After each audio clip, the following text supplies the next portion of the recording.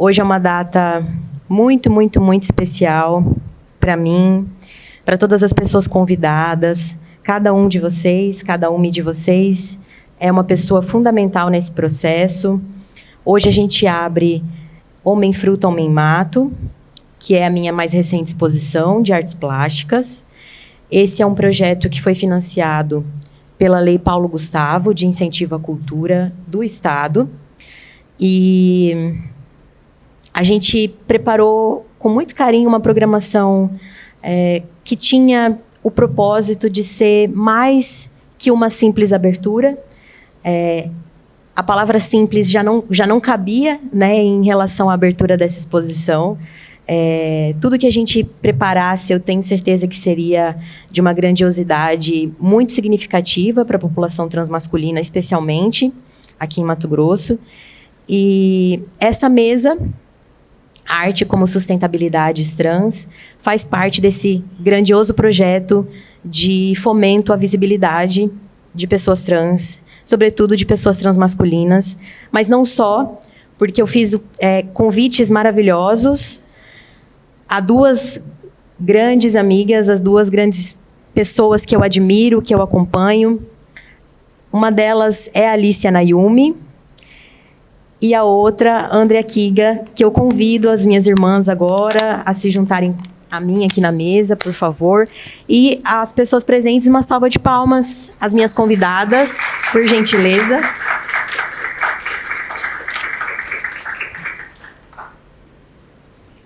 Vamos chegar, irmãs, vamos chegar.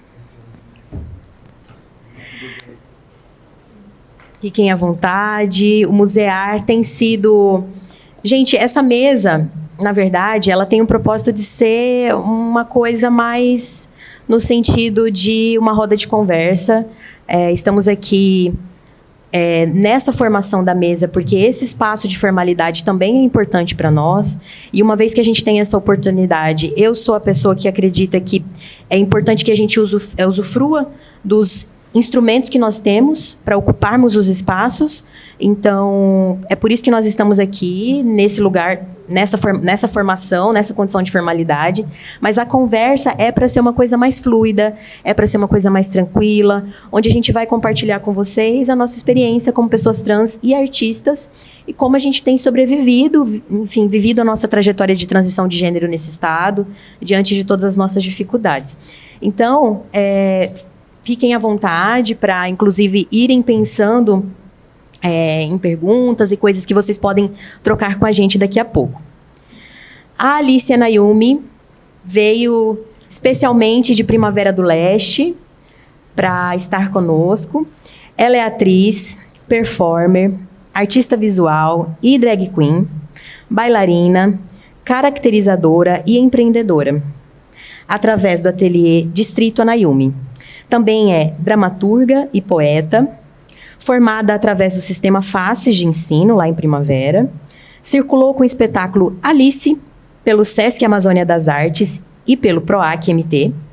Vencedora da etapa estadual do Festival Estudantil de Teatro FETRAN, pela categoria Infanto-Juvenil, em 2019. É destaque de direção, maquiagem, figurino e dramaturgia no Festival Velha Joana, nos anos 2018 e 2019, principalmente. Foi selecionada com a exposição Tons do Mato Grosso, através da Lei Aldir Blanc no estado de Mato Grosso, em 2021, e pelo edital de Artes Visuais de Primavera, em 2022. Selecionada também através do edital Retomadas de Artes Visuais, realizado pela Funarte, em 2023. E aí eu já vou compartilhar o microfone para minha irmã cumprimentá-los.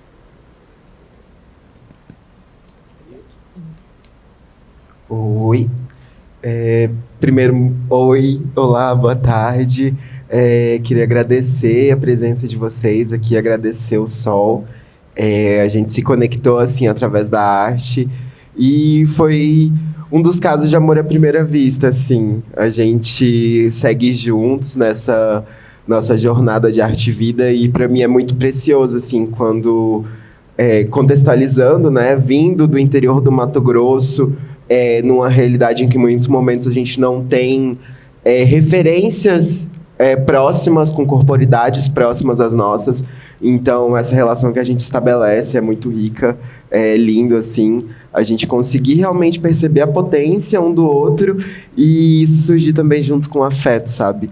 São essas relações que fazem eu acreditar que a arte, ela é uma potência viva, sabe? Que tá posta no nosso dia a dia e que ela acontece para além do que a gente cria. Então, eu comecei, assim, essa jornada muito naturalmente. Eu era criança que desmontava os brinquedos e criava coisas novas, assim. E sempre gostei muito do universo da fantasia, né? Então, isso sempre foi algo muito pulsante, muito latente. E aí, quando eu adentrei o teatro, foi quando veio esse boom, né? E aí, no teatro, foi onde eu me descobri, onde eu me formei. A Escola Municipal de Teatro, o Sistema Faces de Ensino lá em Primavera, tem essa grande potência de dar autonomia para os jovens atuantes. Então, assim que eu entrei na escola, eu já fui ali, estava atuando, mas também ajudava a professora com o figurino, com o cenário, ajudava a maquiar. Então, o teatro trouxe essas potências dessa pesquisa mesmo. E aí uma coisa acabou levando a outra, como o teatro ele já nos instiga a falar, né, a falar sobre a nossa vivência, sobre a nossa existência, sobre o que está pulsando dentro da nossa comunidade. A partir do momento que eu ingressei nas artes visuais, comecei a experimentar essas outras linguagens para além do teatro, foi possível entender que talvez as referências que eu estava buscando dentro do meu território, eu poderia me tornar uma delas. E aí também isso, né, de ir encontrando, uma das coisas que eu falava no começo, que eu era um surto que criou cor e forma, sabe? E eu acho que é isso, a gente entender que por mais que sejamos um grande surto, talvez em alguns momentos somos um grande surto coletivo, a gente é um surto que faz sentido, a gente é um surto que tem cor, que tem particularidade, que tem forma. Essa forma ela vai se transformando ao longo da nossa vida. E foi isso, assim, a arte ela foi me guiando através de todo o meu processo de formação e também possibilitando a linguagem, a comunicação e a criação dessas redes que a gente tem aqui hoje. Obrigada, irmã. Para mim era muito importante que você viesse, para que a gente tivesse perspectivas do interior do estado. Nós estamos falando de um estado que é gigante, então era muito importante que a gente ocupasse esse lugar para compreendermos como tem sido a jornada de pessoas trans em outros municípios, para além do eixo Cuiabá-Várzea Grande, né? Faço uma pausa brevemente aqui com a Alice para apresentar a nossa outra convidada, nossa irmã, Andrea Kiga, mulher serradeira, indígena, do povo Boi-Bororo. Ela é atriz universitária do curso de Pedagogia da EAD, UCDB. Também é técnica administrativa educacional da Escola Estadual Indígena Sagrado Coração de Jesus, na aldeia Meruri. Ela também é coordenadora do movimento Jovem Boy da aldeia Meruri. Andrea, por favor, fique à vontade para cumprimentar nosso pessoal. Boa tarde, eu sou a Andrea, o Sol já fez a minha apresentação. Quero agradecer de estar aqui nessa mesa. O Sol me mandou o perfil da minha irmã Alice e eu dei uma pesquisada ali no trabalho. Eu estou muito feliz. Ultimamente estou tendo muitos trabalhos com meninos trans que está sendo de aprendizagem para mim. Que cada corpo tem um aprendizado a se aprender. E estou aqui também para contribuir, para aprender também. Eu sou nova na área de artes. Há pouco tempo eu comecei na área de cinema. Fui convidada recentemente, acabou as gravações do filme, onde que vai contar história de um menino e eu fui interpretar uma personagem na visão do menino, que é um símbolo para indígenas LGBT, QIAPN+, que é a Tibira. Não sei se vocês já ouviram falar. A Tibira é uma pessoa que ainda a gente não sabe o que ela era, né? Se era uma mulher trans, se era uma pessoa gay, ou se era gênero fluido. Mas a Tibira foi o primeiro caso de homofobia no Brasil. Foi bem tenso a morte de Tibira. E a gente usa a Tibira como um símbolo de luta para a gente também. E até para ressignificar as nossas pautas de luta também. A gente tem um coletivo Tibira que convido vocês a olharem no Instagram. Dentro do coletivo Tibira, recentemente teve um projeto que chama Tecendo Direitos Indígenas, onde foi de várias regiões do Brasil, para a gente poder trabalhar em direitos pautados às indígenas LGBT. Como o Sol me apresentou, eu sou técnica administrativa educacional da escola, com a sigla TAI. Resumindo, trabalho na parte da secretaria da minha escola e na gestão também, ajudando o professor, readaptando aula, trabalhando com documentação, contrato. E também a minha aldeia faz parte sou coordenadora do movimento de jovens cultural, promovendo cultura dentro da aldeia. E estou com um projeto de abrir um coletivo Iedoga Mag, que é um coletivo onde o meu povo, ele é Boibororo. Eles são 2 metades. Dentro dessas 2 metades clânicas, possui 4 casas, na parte sul e na parte norte. E cada casa tem um espírito, um ser que representa essas casas. Então, esse coletivo vai levar toda a espiritualidade de todas as casas em um coletivo para trabalhar, para fugir um pouco do trabalho de gênero nos nomes, porque a questão de gênero para dentro das comunidades indígenas, elas são trabalhadas de outra forma, mas acredito que mais para frente a gente chega nesse assunto. E eu sou universitária, se tudo der certo, esse mês me formo em pedagogia, faltando 4 disciplinas para mim terminar, formo em pedagogia. Mais forte as palmas para nossa irmã, por favor! Foi uma luta grande para me chegar até aqui, porque eu comecei na universidade de forma presencial. E eu morava na aldeia, né? E não tinha contato com outras meninas trans. E eu optei por EAD mesmo, ir para minha aldeia e terminar minha faculdade ali no meu território mesmo.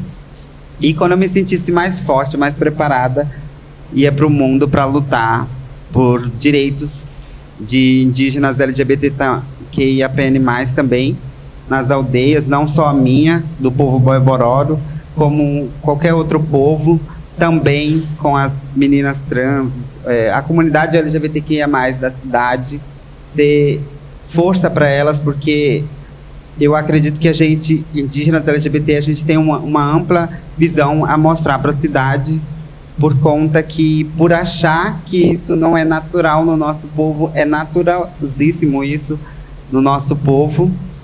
E estou aí, entrei na arte, estou com trabalhos novos. Depois quero conversar com a Alice, porque estou com vários projetos novos, ela é atriz também. Mas só dando um spoiler do trabalho que eu já estou trabalhando agora, quero contar uma história em um filme que estou trabalhando com outra mulher negra, que vai contar a parte de 1500 do que aconteceu, da colonização, do racismo, da escravidão, com 2 mulheres trans.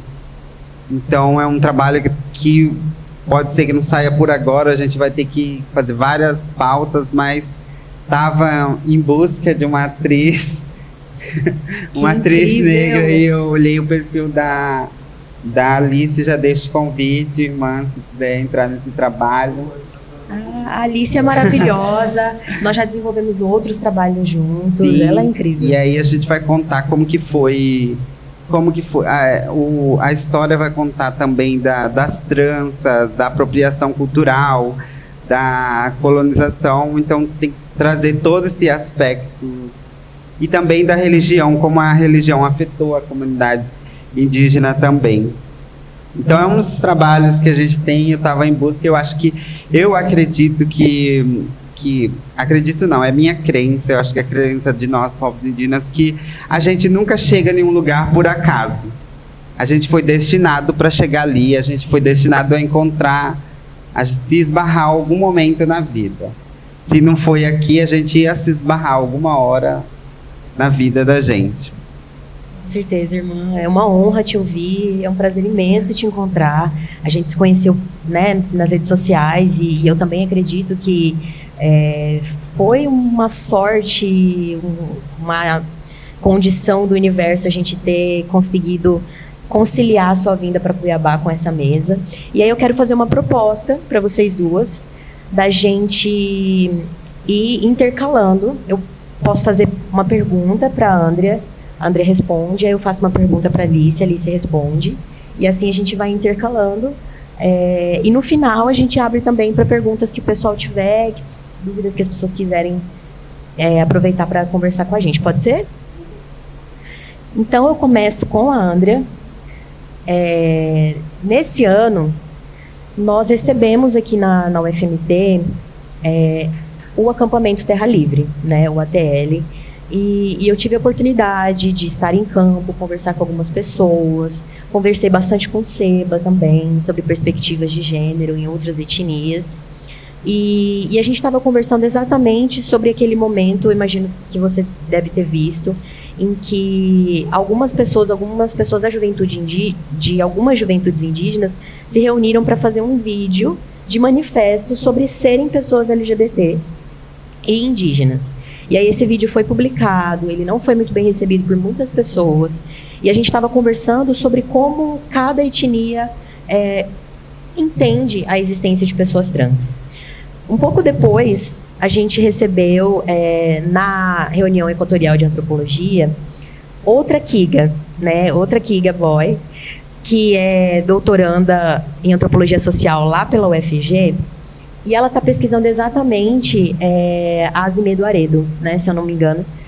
E a gente conversou também sobre a existência de pessoas trans, boy, e aí eu queria ouvir de você como é que foi quando você começou a se perceber como uma pessoa trans, se quando isso começou a acontecer, você já conhecia essa palavra, transgeneridade, ou não, e como é que foi conviver com essa autopercepção e conviver com as outras pessoas da aldeia nesse momento, assim? Bom, eu conheço a Kiga Boy. A Kiga Boy, inclusive, a Kiga Boy é minha tia, é irmã da minha mãe. E a termologia Azimedo Aredo é uma termologia que a gente, se eu não me engano, foi uma conversa que eu tive com a Kiga, só que a Kiga já é bem pesquisadora, já tá um nível com muito orgulho dela. E eu levantei essa pauta que os meus avós me falavam. Eu sou fui bisneta de um ancião que foi um líder muito grande. Recentemente ele recebeu um nome em São Paulo, em um museu. O nome dele foi para um museu de línguas também. E meu avô e um pouco da minha avó aprendeu muito com ele. Também tive a chance de conhecer meu bisavô. Ele me levava para as matas e me ensinava um monte de coisa. E é uma coisa que eu também estou trabalhando muito, que é a questão da reeducação do Brasil através da natureza, da terapia natural, de trazer da natureza o seu ensinar. E a termologia, que eu digo, a questão de gênero da mulher, do Azimedo Aredo, é uma termologia que a gente apontou muito porque com a colonização existiram várias palavras pejorativas no nosso povo que da nossa língua ele foi meio que para ofender, para fazer como ofensa, e não tinha nenhum significado. Por exemplo, um exemplo que a gente tem muito é que tem o veado, que todo mundo tem hora que fala, ai, viadinho, de forma de ofensas, e na nossa língua o veado tem o nome de pobogo. E aí o pessoal da aldeia, com a colonização, do preconceito, começou a usar o pobogo, falar veado, para se dirigir a gente como uma ofensa. E o Vobogo, assim, a gente falou, eu, a Kiga, que somos muito, assim, estudando as questões, a gente falou, não, a Vobogo é um animal, a Vobogo não tem nada a ver com isso. E eu fui pesquisar minha avó para falar sobre essa terminologia, e saiu essa terminologia Imedo Aredo. Imedo, na língua é homem, Aredo é mulher. Imedo Aredo se fala junto, mas um homem que tem uma essência feminina no corpo, e tem as Aredo e Medo, que são mulheres que têm a essência, que podem transitar ao meio que podem fazer, sim, né, as coisas do homem e da mulher. Porém, tem a questão que a gente está levantando muito também, que é as mulheres trans dentro da comunidade nossa, dentro do nosso estudo de gênero.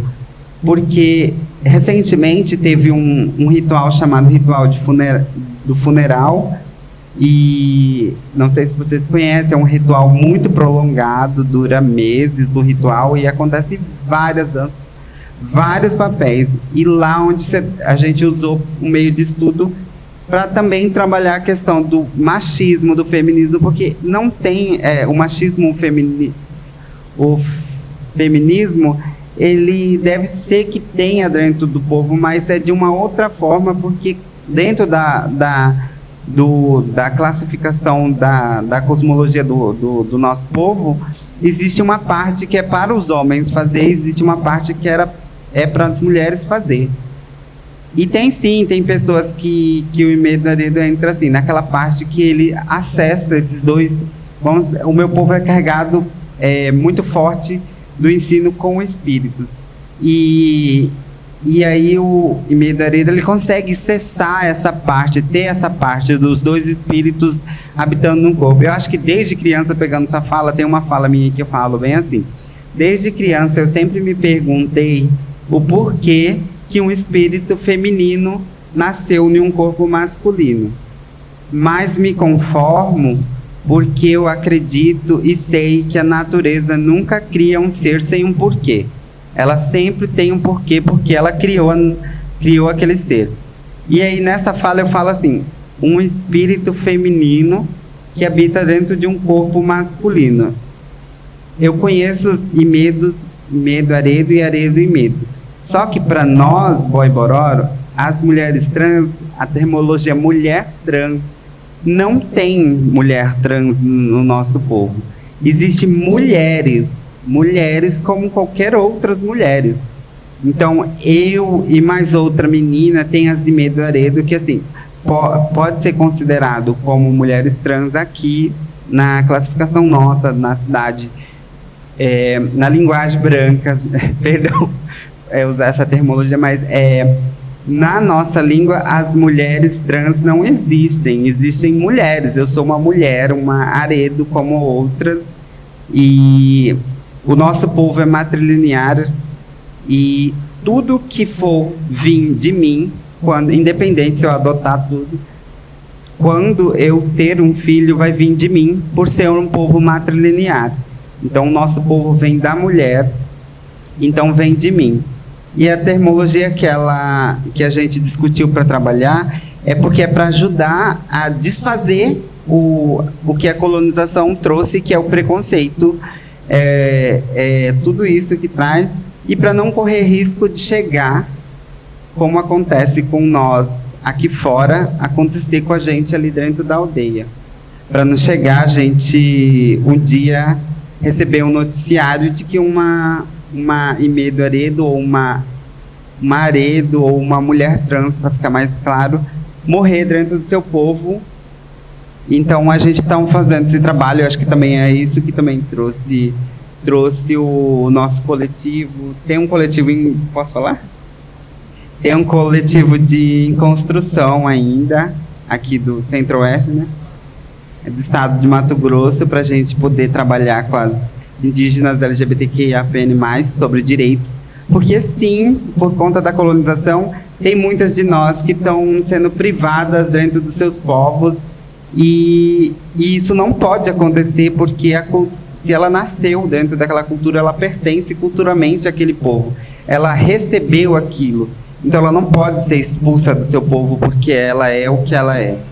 E eu falo assim no aspecto todo, não só como mulher trans, mas como todo aspecto também. E desde criança eu percebi assim, eu sou muito ligada porque eu sou filha de pessoas bem espirituais, minha mãe benze, minha avó benze. E eu sempre ficava me perguntando isso, ficava batendo nessa tecla. Eu não conhecia assim, mulheres trans já até passado da terapia hormonal. Eu nem sabia que podia acontecer isso, ter essa ajuda, né? Mas o que me segurava era a minha cultura mesmo, que não me deixou. Mas sim, já tive uma amiga dentro da minha aldeia, que também foi em Brasília, né? A gente fez exposição de fotos de pessoas LGBTs que já passaram por situações. Eu tive uma amiga assim, uma amiga trans, que também vai até um conselho para nós, mulheres trans. É que quando você pensa em fazer a terapia hormonal, você olha para a terapia hormonal não para te fazer ser mulher, mais mulher. Você é mulher, não para te fazer mais mulher. A terapia hormonal, ela veio para te ajudar ao seu espírito, à sua mente se conectar com o seu corpo. Ela não vai te fazer mais mulher. Ela vai te ajudar, ela vai ser um suporte para te ajudar. Eu falo isso porque é o que aconteceu de um pouco. Eu não posso dar uma certeza do que aconteceu com minha amiga. A minha amiga, ela se suicidou em 2021, se eu não me engano. Se suicidou e ela foi para a cidade também. E ela tinha muito isso de querer ser mais mulher, mais mulher. E aí, quando ela foi para a cidade, ela conheceu uma menina em Campo Grande que já tinha passado para a transição. Então, isso ali ficou muito forte para ela. E ela tinha muito aquele problema da ansiedade, de querer rápido, sabe? E a gente sabe que é seguro, tem que ser seguro a terapia hormonal. A gente já fala até de saúde também, aconselha as meninas que vai ser demorado, tudo é demorado. Acho que também isso que me ajudou muito, é porque a nossa educação cultural, ela é uma educação que é de tempo. Os espíritos, a gente tem o nome de Arói. Os Arói, eles, na hora certa, eles vão te colocar no caminho. Na hora que eles falar, não, você está pronta, eles vão mostrar as verdades, eles vão mostrar os caminhos, eles vão mostrar as opções e a paciência para você, o que você busca. Então eu acredito que é muito isso, porque em 2020 para 2021 eu tinha me assumido como uma mulher trans e eu tinha assim assumido, mas já sabia, já tinha lá meus aspectos, deixei meu cabelo crescer, mas não tinha ainda aquela garra. Mas quando a minha amiga morreu, eu senti que eu precisava me posicionar, porque isso não pode acontecer mais com outras que vão vir depois de mim. Porque o nosso povo é carregado de mulheres como eu, são maravilhosas, tem representações muito incríveis. Tem a Maju, que é cacica trans, que é um índice de luta muito forte também. E dizer que assim, então ter paciência, porque foi o que aconteceu com minha amiga. Ela queria muito tudo rápido e ela acabou caindo nessa da armadilha, que eu falo, é uma armadilha você achar que a terapia hormonal vai te fazer ser mais mulher. Você já é mulher, independente de qualquer coisa, você é mulher. A terapia hormonal, ela só vai te ajudar.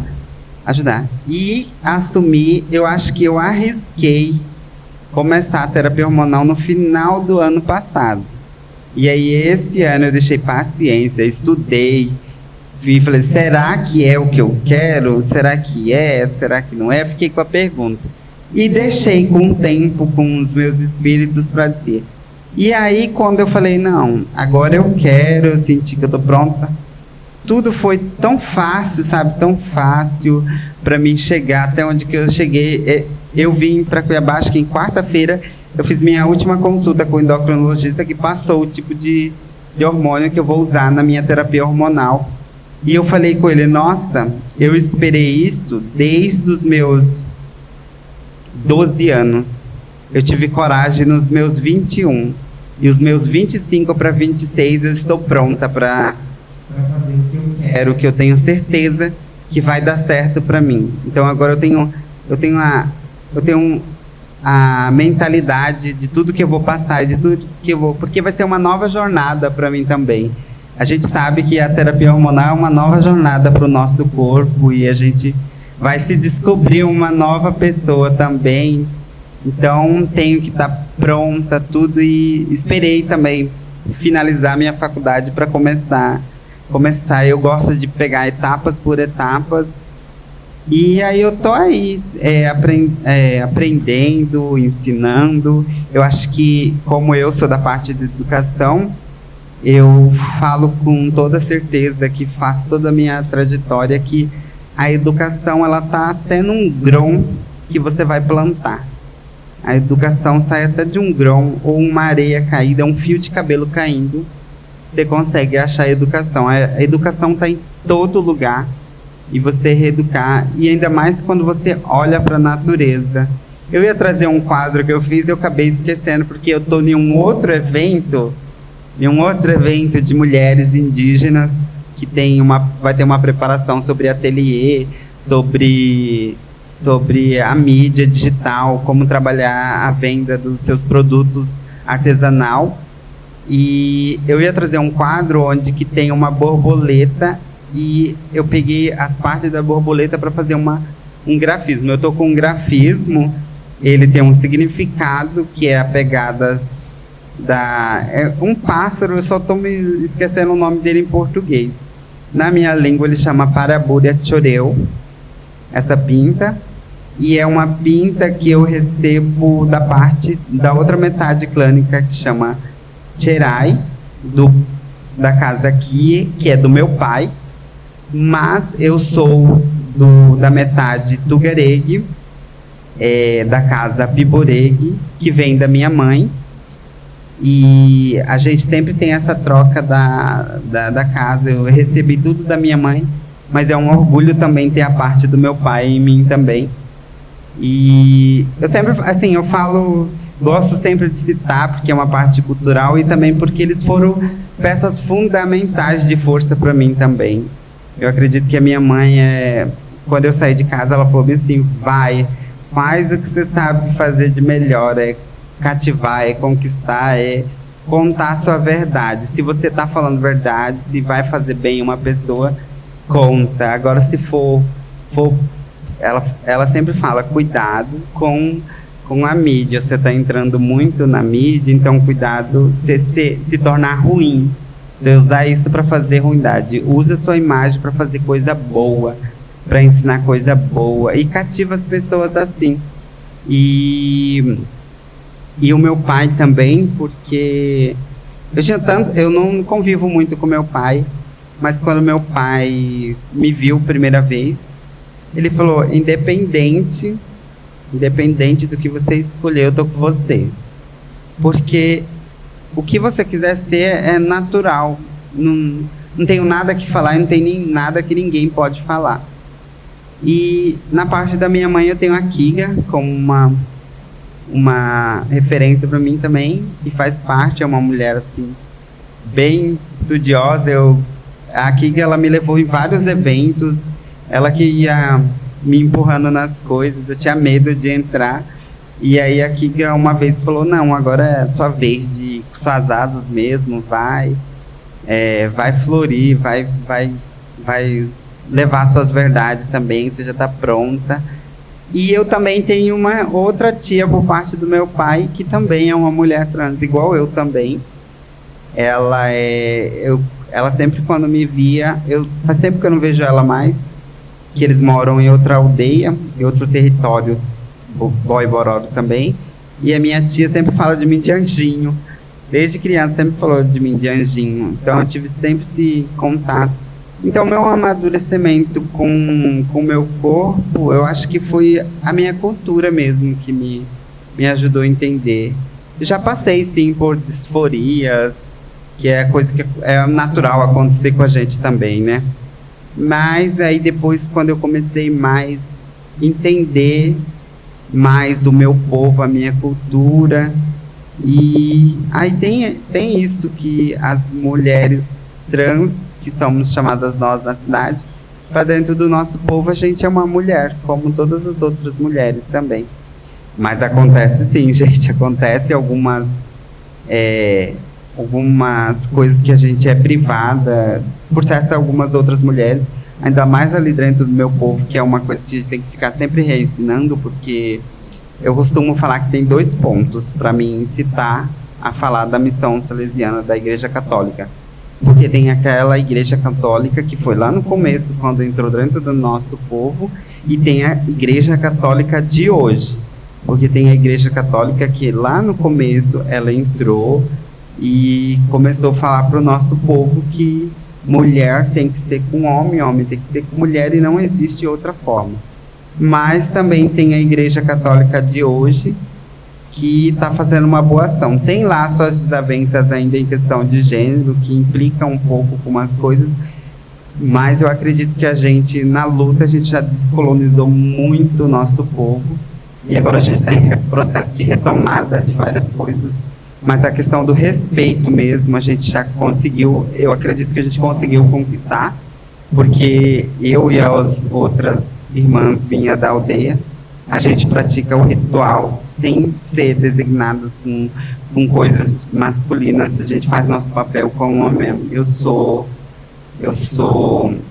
faço as pintas quando é para ter o ritual. Tem outra que é uma peça fundamental, outra mulher trans igual eu. Tem um Instagram dela que chama Lisa Boy. É uma menina, acho que de 21 anos, 19 para 21, 20.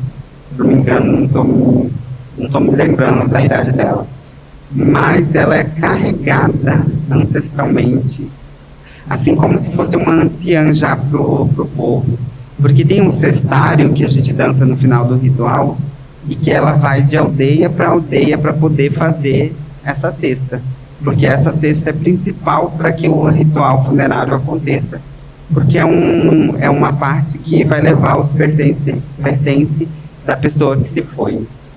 E acho que é isso, né?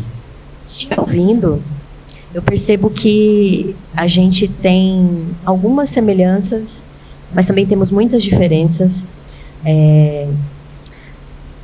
Eu converso com outras pessoas trans também, e eu tenho entendido que a gente se encontra em 2 caminhos possíveis. Um é quando a gente entende que a nossa jornada de transição nos leva para esse lugar de eu sou um homem, eu sou uma mulher como qualquer outro, né? Eu sou igual a outros homens, eu sou igual a outras mulheres. O outro caminho acontece quando a pessoa diz, não, eu sou uma outra coisa, que não é isso aí que vocês conhecem. Então, eu reconheço na sua narrativa essa trajetória onde vocês dialogam com o povo de vocês sobre vocês também fazerem parte, né, da cultura, assim como qualquer outra pessoa faz parte. E era sobre isso que eu estava conversando com o Seba outro dia, porque entre os ataques que aconteceram naquele vídeo, que eu mencionei na pergunta, um dos mais frequentes eram pessoas dizendo, isso não faz parte da nossa cultura. E aí vocês que participaram do vídeo contra-argumentavam dizendo, sim, isso faz parte. E aí eu aproveito esse momento da nossa colaboração para trocar com a Alice agora. A gente retorna para você daqui a pouco. Acho que a gente podia fazer 2 questões, 2 perguntas para cada, então a gente retorna daqui a pouco para você. Porque eu queria que você comentasse quem é a Primavera do Leste nesse estado e como é ser uma pessoa trans negra, uma transfeminilidade negra em Primavera do Leste. Foi babado, assim, Primavera essa grande nova potência do agronegócio, né? A princesinha do Cerrado Mato-Grossense, assim, muito louco, porque foi uma cidade que cresceu exponencialmente, assim, durante a pandemia. A gente teve um boom de indústrias sendo construídas ali ao redor da cidade. Então, Primavera é uma cidade muito formada por migrantes, assim, né? A gente tem pessoas praticamente de todo o país. Temos grandes concentrações de pessoas do sul, então a influência gaúcha lá é muito forte, assim. Eu adoro falar isso, porque eu gosto de ver a reação das pessoas. Em Primavera do Leste a gente tem uma colônia russa, por exemplo, instituída assim dentro do território da cidade. Aí a gente tem pessoas do norte e do nordeste, de outras regiões do centro-oeste mesmo. Eu nasci em Nova Brasilândia, que é uma cidade do interior do Mato Grosso, e aí eu já sou da leva assim de primaverense por tempo, sabe? Então eu já tô lá com mais de 10 anos praticamente, então, é primaverense. Então Primavera tem esse rolê assim de ser uma cidade demarcada por pessoas que chegaram até Primavera, e aí depois de um determinado período que foram começando a nascer pessoas realmente nascidas em Primavera do Leste. E aí dentro desse cenário, Primavera é um grande setor econômico, assim, né? Então ela já se institui como um grande centro capitalista. Então é uma coisa da opressão muito grande, dessa marca social, assim, a gente tem essa demarcação muito forte, né, o bairro que a galera que tem dinheiro mora e os outros bairros, né, as regiões periféricas da cidade, né, que inclusive é o bairro que eu moro. Então a gente consegue ver muito assim essa presença onde estão as pessoas negras dentro da cidade, né? A gente encontra mais pessoas negras em questão de subserviência, né? Trabalhando nos estabelecimentos, trabalhando em diversas funções. Mas quando a gente chega nesse lugar de consumir mesmo, a gente tem uma grande escassez de pessoas dentro desses recortes, sabe? Em Primavera do Leste, depois de nós termos montado o espetáculo Alice, que é esse trabalho que fala sobre bullying dentro da escola, a partir da figura da personagem Alice, que é essa travesti no ensino médio que está ali se entendendo. Então, esse espetáculo ele permitiu que a gente também pudesse começar a perceber essa discussão dentro do nosso território, sabe? Falava pra galera, falava, gente, sei que pra vocês o espetáculo é de boa, a gente tá aqui tranquilo, ensaiando, mas pra mim é muito foda, porque primeiro que eu era a única travesti dentro do coletivo de teatro lá de Primavera, quando eu ainda fazia parte desse coletivo, agora eu estou de maneira autônoma e também ligada com a Associação de Diversidade Primaverense e o Coletivo Debochados, que é o nosso bloco de carnaval, formado majoritariamente por mulheres trans e travestis lá dentro do município. Então, depois disso, a gente foi começando a perceber, sabe, onde nós estávamos, quando que a gente conseguia se ver, quando a gente conseguia se encontrar, sabe, às vezes ia ter apresentações desse trabalho e era uma plateia formada só por pessoas cis, sabe? Pouquíssimas pessoas LGBTs presentes nas plateias, a grande escassez, assim, depois que eu comecei a conviver com um coletivo de meninas trans da cidade que ainda trabalham com a rua, que ainda tem essa fonte de renda, que a gente começou a se perceber, tipo, nossa, existem pessoas iguais a mim dentro dessa cidade, sabe? Elas estão ali, nos cantos, sabe? Então é muito louco, porque esse ambiente, assim, essa ambiência muito colona, muito forte, em que a gente vai se ajeitando, assim. Eu acho que o bom de ser ligeiro é que a gente vai percebendo as falhas dentro do próprio sistema também e se apropriando disso para nos fortalecer.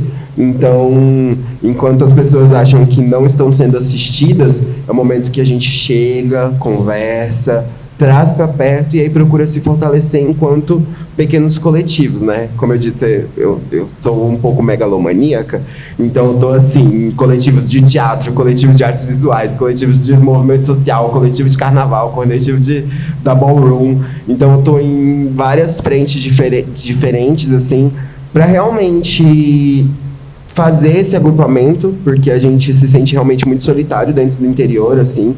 Eu sempre falo pra galera, aproveitem, sabe? Nem que seja o barzinho que vocês falam, ai, não gosto de ir lá, mas, Mona, em Primavera do Leste, às vezes tudo que eu queria era um barzinho que tivesse pelo menos uma bandeirinha pequenininha no canto pra eu saber que eu estou minimamente um pouco mais segura, sabe? Porque esses espaços de ampla convivência voltados diretamente para nós são algo que não existe dentro dos interiores, sabe? Então é quase uma coisa de guerrilha mesmo, se organizar e se articular dentro do lugar que eu tô. Amiga, aproveito para a gente já fazer então a segunda questão. Eu acho que entre as pessoas que estão aqui nos assistindo hoje, seria muito importante que essa galera ouvisse você falar sobre como a Ballroom chega então no seu trabalho. A gente sabe pela sua narrativa que primeiro veio o teatro, e aí você também recentemente foi a drag da parada, né? Em qual momento o movimento da Ballroom, que é o que vocês vão assistir hoje à noite, a partir das 7 horas tem ball aqui na frente do museu, a Alice estará lá no júri, vocês vão ter a oportunidade de vê-la toda montada e belíssima. Então eu acho que esse momento é muito importante para vocês ouvirem ela contar um pouquinho do que vocês vão ver à noite, né? Sobre como a Ball tem sido, o movimento Ballroom tem sido uma jornada, né, de sobrevivência, de manutenção do seu trabalho. Nossa, total, assim, eu acho que a Ball, eu conheci ela um pouco antes da cena começar aqui em Cuiabá, e comecei fazendo parte da Casa Brown, que é a primeira casa que surgiu dentro do território mato-grossense, e ali eu encontrei um lugar de potência e um lugar de afeto também. Eu acho que esse foi o mais louco, assim, porque, principalmente nas organizações familiares, porque a Ballroom é uma cultura de casas, então a gente se organiza a partir das casas. Isso que eu ia te pedir. Primeiro, dá uma contextualizada para quem não conhece o que é a Ballroom, como que a gente começa a se organizar nas casas, como é que funciona? Bufo. Então, vamos lá. Lá em 1800, não vou ser específica porque eu sou péssima com números e datas, gente, desculpa. Mas a Crystal LaBeija, ela era uma trava preta que fazia drag nas noites de São Paulo, a louca de Nova York. E ela sempre estava ali participando dos concursos, das competições, sempre belíssima, sempre impecável, mas sempre perdendo para as mesmas gatas que tinham uma coisinha diferente, né? E aí, em uma dessas competições, ela estava assim, impecável, da cabeça aos pés, e perdeu por motivo nenhum aparente, além do racismo e a transfobia. E aí foi nesse momento que ela falou assim, olha, quer saber? Não preciso disso, não quero mais isso, vocês podem ficar com o espaço de vocês, porque eu vou sair ali, vou catar as travestis pretas, vou catar as bichas pretas, vou catar os latinos, e a gente vai criar algo nosso. Porque vocês não estão interessados no que a gente está fazendo, vocês não estão prestando atenção, vocês não estão nos aplaudindo, vocês não estão nos respeitando também. Então, a partir disso, a Crystal LaBeija funda a primeira casa dentro da comunidade Ballroom, que é a Casa LaBeija. E as balls, elas funcionam organizadas pelas casas, né, que são esses coletivos, não só coletivos artísticos, que também podem ser, mas coletivos de afeto mesmo, porque muitas dessas pessoas não têm um respaldo familiar. Muitas pessoas, no começo da formação da cena, era muito comum até pessoas menores de idade expulsas de casa, sendo acolhidas pelas houses, pelas casas da comunidade Ballroom, e realmente tendo as mães das casas como uma mãe, porque a mãe biológica tinha expulsado elas de casa. Então, ela realmente essa cultura familiar.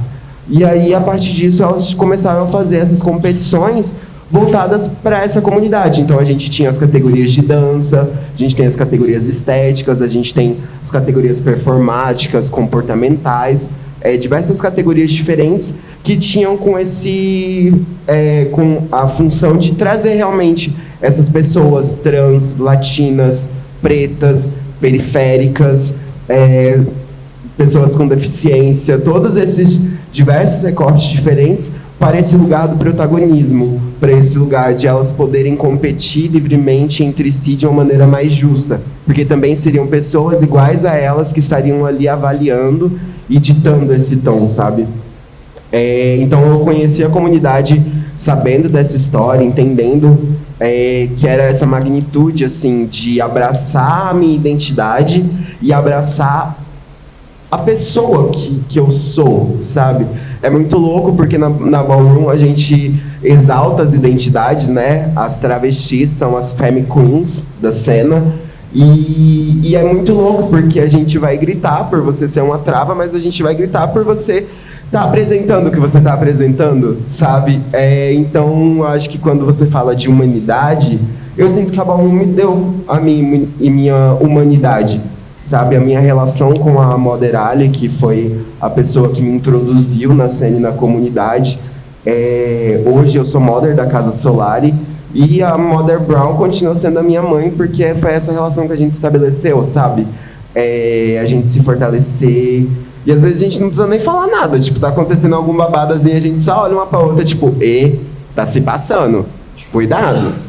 Então, desse entendimento, assim, que a Ballroom, ela é uma expressão artística, ela é uma rede de afeto, ela é uma comunidade que também está ali hackeando o sistema para poder se introduzir, para poder sobreviver. E algo que eu tenho batido muito na tecla, assim, a partir do momento que eu me entendi enquanto uma liderança, é da gente se organizar e se articular mesmo, sabe?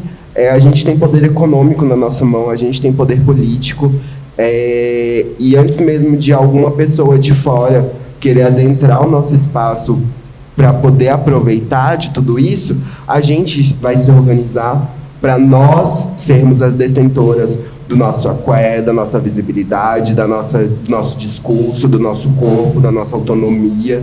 Então, porque é isso, sabe?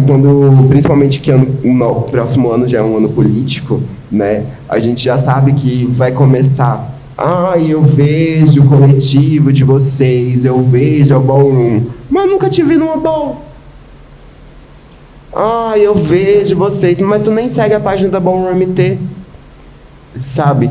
Então, da gente se articular e se organizar para saber quais são as pessoas que vão acessar politicamente o nosso espaço, quais são as pessoas que vão acessar economicamente o nosso espaço, porque do mínimo ao máximo, sabe? Uma ball, para organizar uma ball igual a gente está fazendo aqui hoje, só da equipe a gente está falando de som, de luz, de palco, de camarim, de decoração.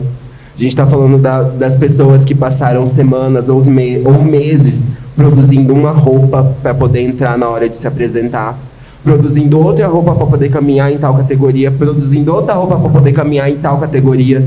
Então, tipo, a gente movimenta dinheiro também, sabe? Quando a gente vai fazer um evento e traz uma pessoa lá de São Paulo, a gente vai fazer com que essa pessoa fique hospedada em um hotel, que ela coma em um restaurante. Então, tipo, a gente está fazendo uma coisa movimentar.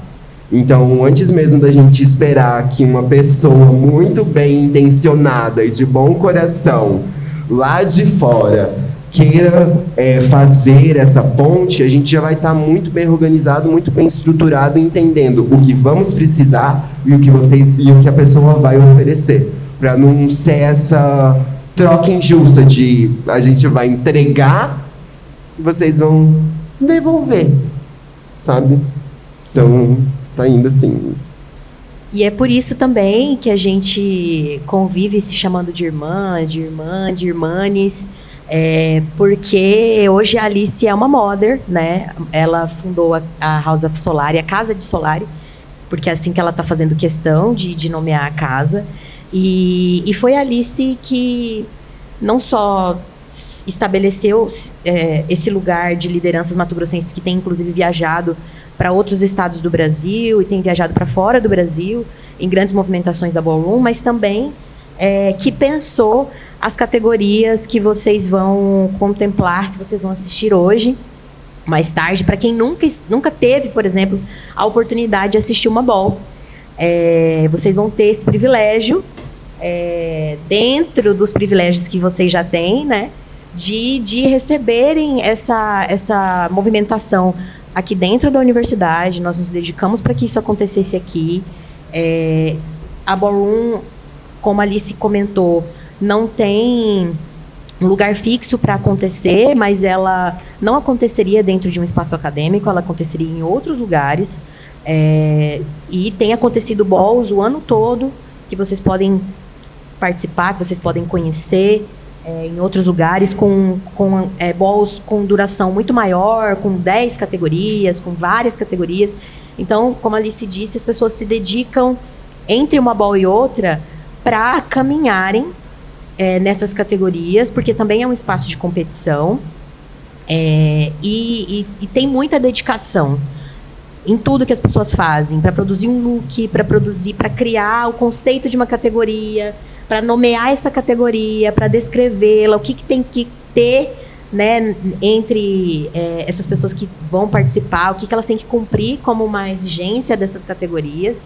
E aí eu queria que você finalizasse assim, comentando como é que foi que você teve a ideia dessas categorias, né? O que te inspirou a criar cada uma delas, e comentasse um pouco com o pessoal como é que vai funcionar, assim, cada uma delas. Então, a Ball Solar, assim, ela já era um nome que estava na minha cabeça há um tempo. Eu e a Sal de Mandacaru, que é a liderança da Casa de Mandacaru aqui em Cuiabá, a gente já tinha produzido uma outra Ball juntas anteriormente, a Pulo na Ball, que foi uma Ball que aconteceu na Escadaria Labrisa, em parceria com a Batalha Pulo na Bala. E aí a gente já tinha assim, Ball Solar, não sei o quê. E quando surgiu a oportunidade, eu falei, gente, eu tinha pensado a Ball Solar para um futuro distante, mas o Sol Ferreira está chamando a Casa de Solari para fazer uma Ball. Eu falei, é isso. Se não for isso, eu não sei o que é. E aí, até pelo nome, a gente queria trazer uma Ball muito tropical, assim, sabe? Uma categorias radiantes, essa coisa de também ter um cuidado com o nosso território. E eu também, como eu tô nessa vibe de viajar, conhecer e tal, eu também quis trazer alguns formatos diferentes de categorias, né? A gente vê, dentro da Ballroom a gente tem o Vogue, que é a dança, né? A performance. E aí a gente vem de um tempo que tem tido muitas categorias Baby Vogue. Eu falei, gente, tá bom. Agora, então, a gente vai ter uma categoria de Hands Performance, que é performance com as mãos, né? Então, é uma categoria que a gente já teve essa categoria em outras balls aqui. E aí eu trouxe novamente. O tema dessa categoria é Mãos Coloridas, porque é uma categoria dentro de uma exposição. Então, quem mais do que os artistas com a mão tudo suja de tinta, né? Então, mãos coloridas, você decide ali como que você vai trazer essas cores, se vai ser uma manchinha de tinta, se vai ser uma luva, se vai ser um acessório, enfim.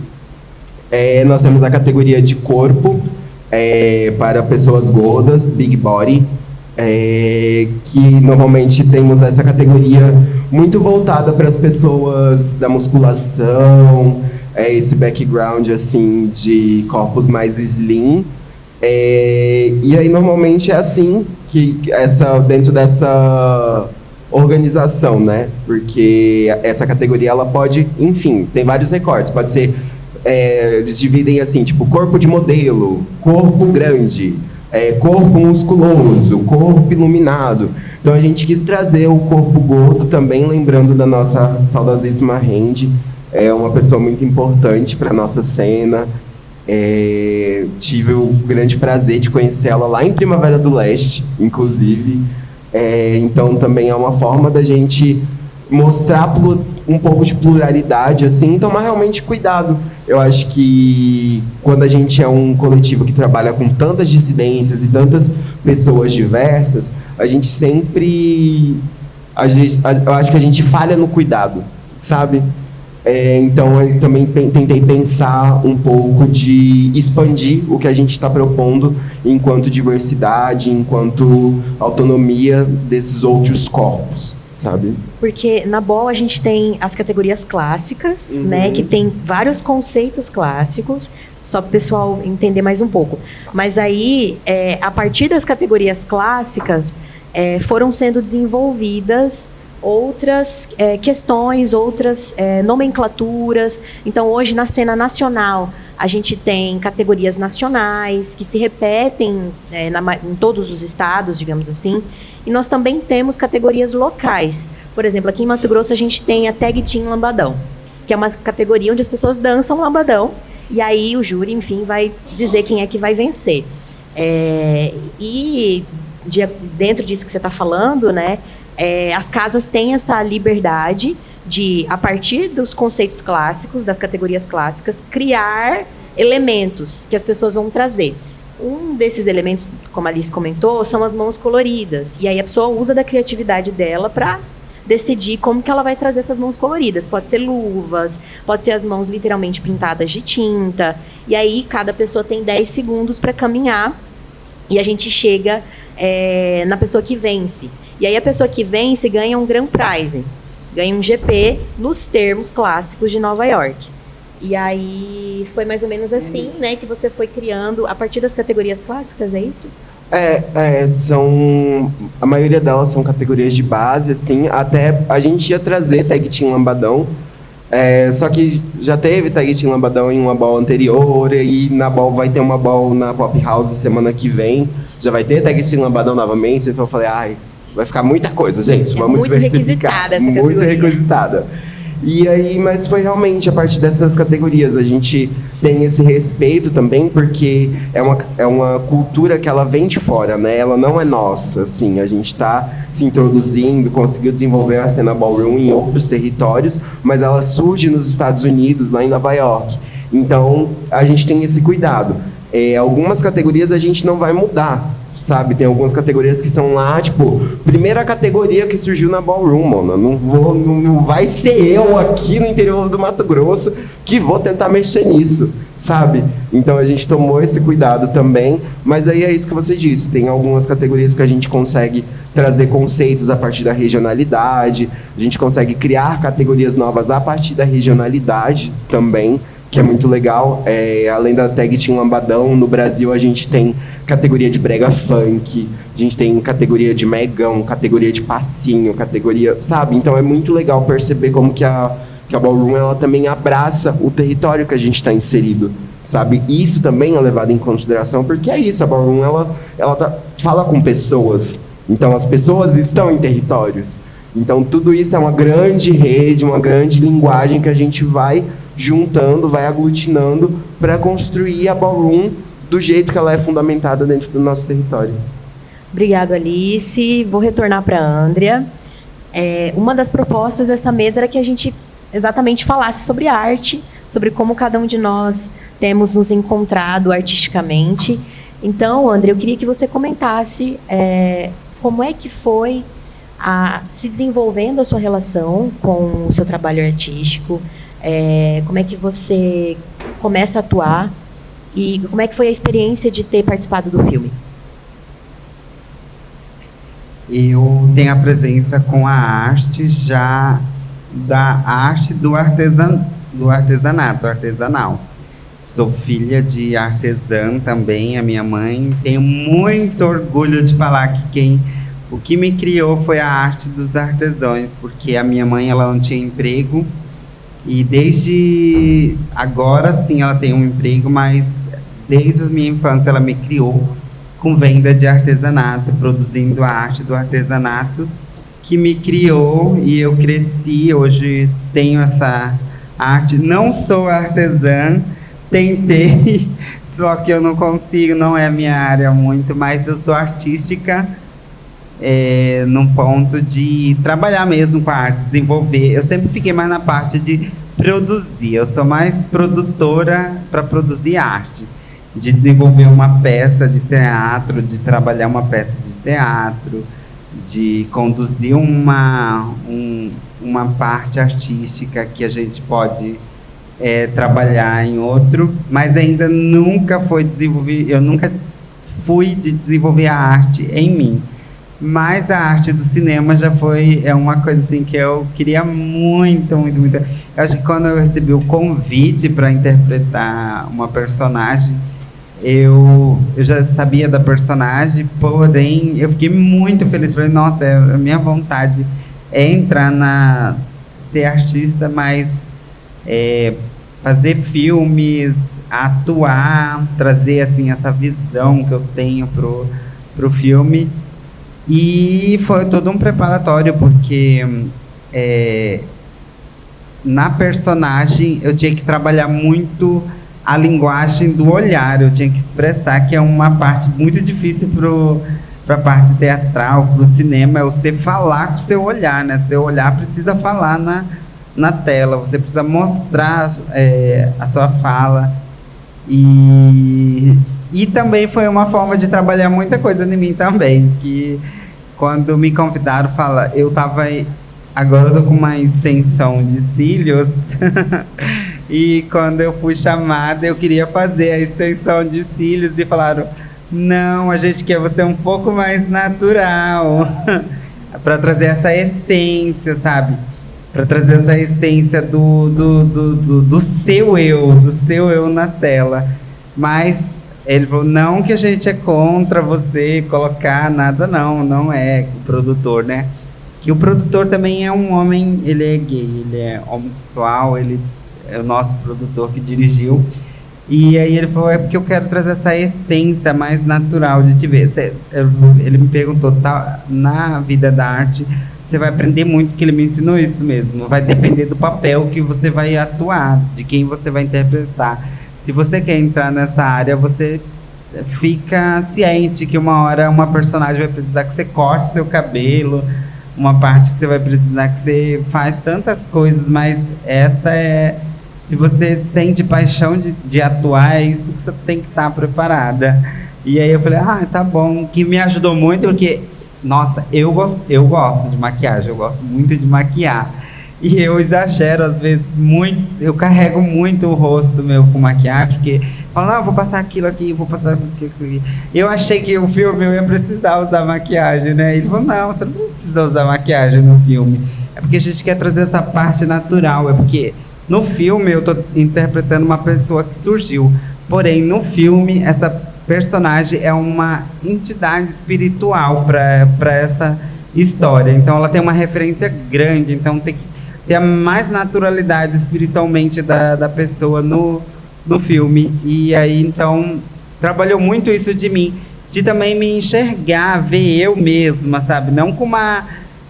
É muito bonito, eu aprecio muito a arte da maquiagem também, de se maquiar, de se transformar também, mas também aprendi a valorizar o eu mesma, ver meu rosto, sabe, sem gostar do meu rosto, da maquiagem. Recentemente eu tô tentando trabalhar com os filtros, que eu adoro usar uns filtros, mas trabalhar isso mesmo. E aí isso...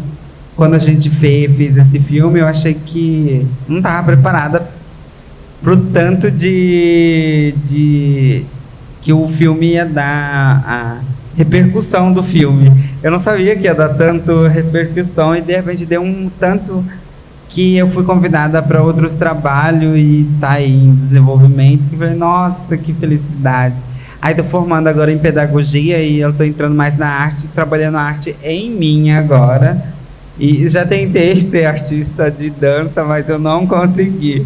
Mas aprecio muito a arte, quero muito assistir. Nossa, eu fiquei curiosa, eu gosto muito de ver a arte do movimento, de se movimentar. Sou meio sedentariazinha, mas faz parte de quem é da educação, que a gente senta muito para estudar, e aí às vezes a gente acaba de praticar um pouco o esporte, um pouco de coisa, e a gente vai se acomodando. É uma coisa que a gente não pode se acomodar para quem é da área de educação. Eu falo mais assim na área de educação, mas agora com a arte eu quero, ano que vem, terminando essa faculdade, ou entro para o mestrado em alguma parte da arte, ou eu estou optando a fazer cinema ou direção de arte. Mas aí eu vou tentar entrar na cidade de Goiás, porque a cidade de Goiás é ali em Goiás, que é uma cidade muito turística, e tem Goiânia, que dá muito suporte para a gente estudar com as bolsas. Mas eu estou optando em ir para Goiás Velho, porque tem uma parceira minha, e como eu quero trabalhar com cinema, ir para a área de cinema e ser produtora, eu estou em trabalho, como eu falei com a Alice, eu estou em trabalho que eu também sou produtora do filme, tenho uma coprodução lá minha, eu tenho um dedo meu lá escrevendo a história.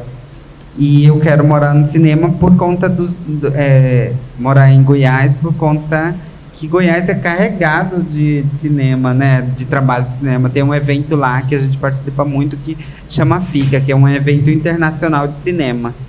E aí eu quero morar lá porque o Goiás é onde que a maioria dos povos indígenas estão indo para lá por causa do suporte. E eu quero abrir um ateliê, onde que eu vou oferecer cursos com argila, com produção de miçanga, extração de tinta natural, de castanhas, de folhas, mas trazer um aspecto que eu usei muito para minha transição, de me reconhecer, de me entender, que é uma coisa que eu gosto muito de falar sobre a terapia natural.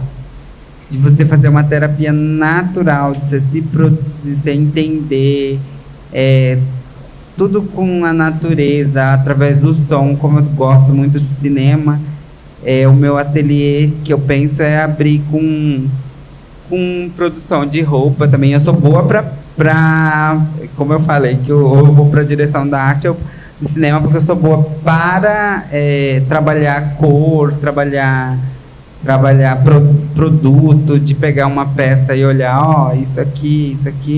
Eu gosto muito de estar sempre nos eventos com isso aqui, que eu sempre falo da arte das mulheres indígenas, essa arte aqui que nesse evento que a gente está tendo agora das mulheres aqui também, artesã, a gente recebeu as mulheres indígenas venezuelanas, que também são mulheres indígenas que foram lá fazer a participação. E trouxe todo o aspecto, a cosmologia de vida delas, e elas vendem esse produto. E onde a gente teve um trabalho de mídia, onde que elas não é que não aceitaram fazer, é porque a gente está trabalhando como trabalhar esse produto para as mídias digital. E elas acharam não seguro não mostrar, por conta que está acontecendo no povo dela, que também acontece muito no nosso, de você não assistir a coisa artística e pegar e você transformar e aprender e ver e trabalhar você de uma forma que você consegue produzir, você acaba copiando uma coisa para outra e aí acaba toda aquela experiência, porque para nós, eu acho que a Alice também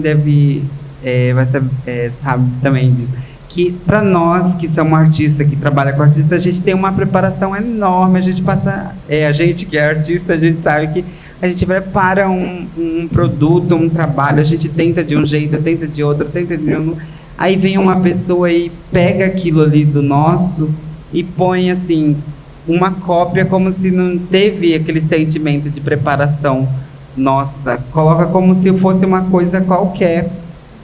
E aí, então, elas não aceitaram e a gente entendeu, sabe? Porque é uma coisa que também está acontecendo com nós. Acontecendo com as mulheres artesãs.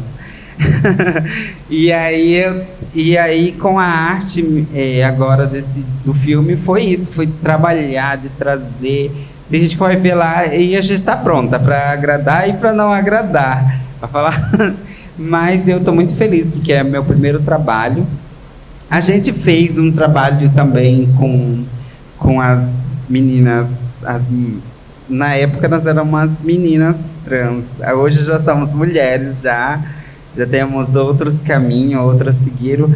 A gente gravou um curta, só que aí ele, por falta de recurso, ele não conseguiu ser lançado. E aí, então, era um primeiro trabalho que ia ser lançado comigo, né? E eu sendo produtora, mas Mas não deu certo, foi com a mesma produtora que produziu, vou falar também, quem quiser conferir, não sei se vocês já assistiram o filme Majur, também no filme Majur cita muito que eu falei sobre a termologia Imedo-Aredo, que é um artigo da Kiga também, tem um artigo, acho que lançou, né? Um artigo da Kiga que ela lançou.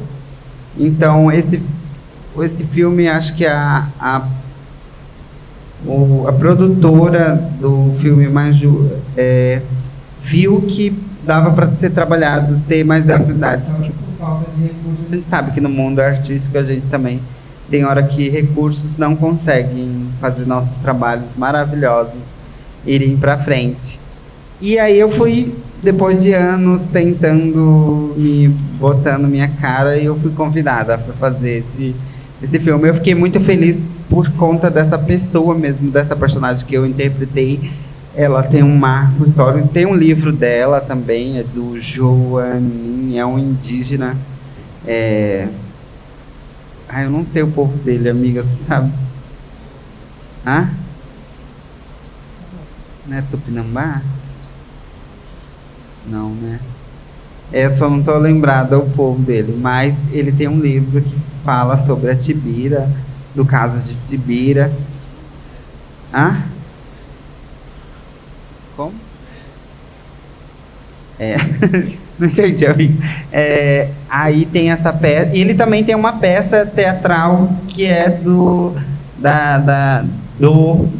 eu sempre falo assim, da Tibira.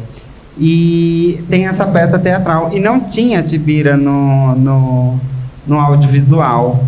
Então foi assim, foi importante, foi desafiador, porque é você trazer a Tibira em um filme, em um audiovisual, uma pessoa que é muito importante para a comunidade Inambá do Maranhão.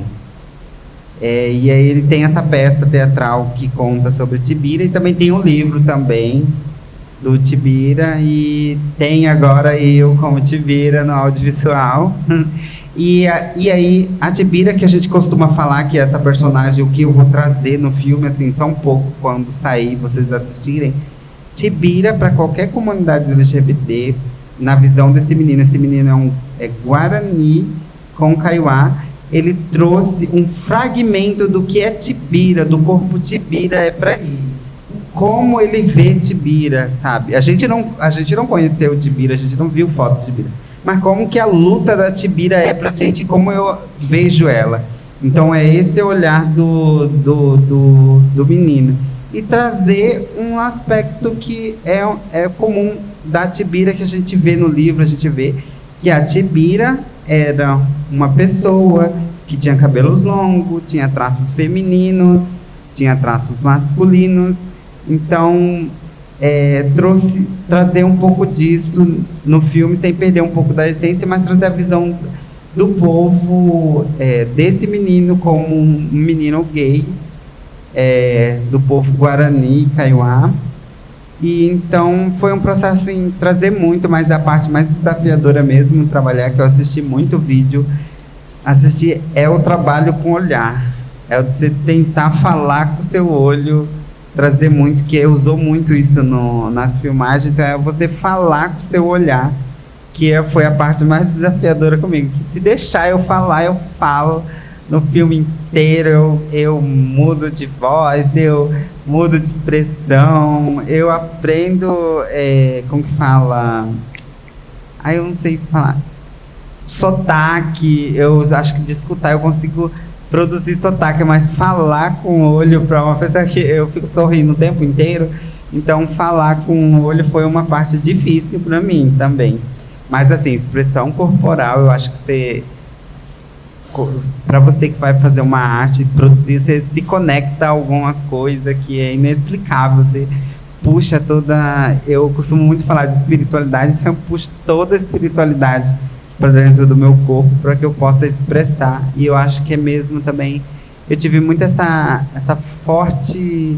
de aprender mais sobre Tibira, então Tibira também para mim é uma referência muito importante de luta, E eu acho que essa minha parte artística foi muito boa e eu quero estar no cinema e já deixo aí convite, se quiser me chamar. Tem que fazer meu merchan. Com certeza, com certeza. Quiser me chamar para outros trabalhos, eu também estou em mesas também ensinando. E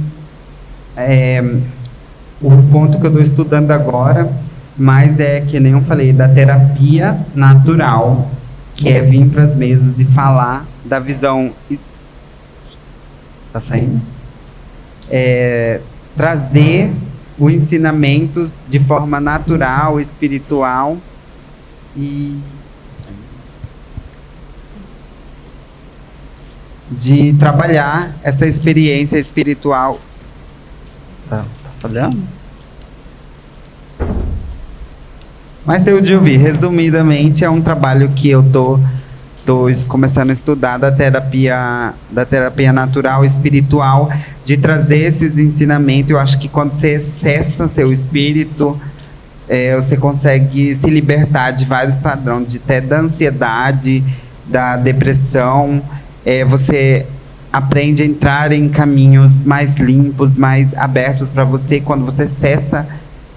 Eu não sei como que fala para vocês, mas para alguns chakras, essências. Eu falo a espiritualidade, né? O que é eu verdadeiramente lá dentro. Eu falo que isso aqui é uma casca minha, mas o que é verdadeiro é o que eu sou do meu espírito espiritualmente. Então eu estou trabalhando em estudos nisso. Eu acho que é isso que eu quero também trazer no meu ateliê.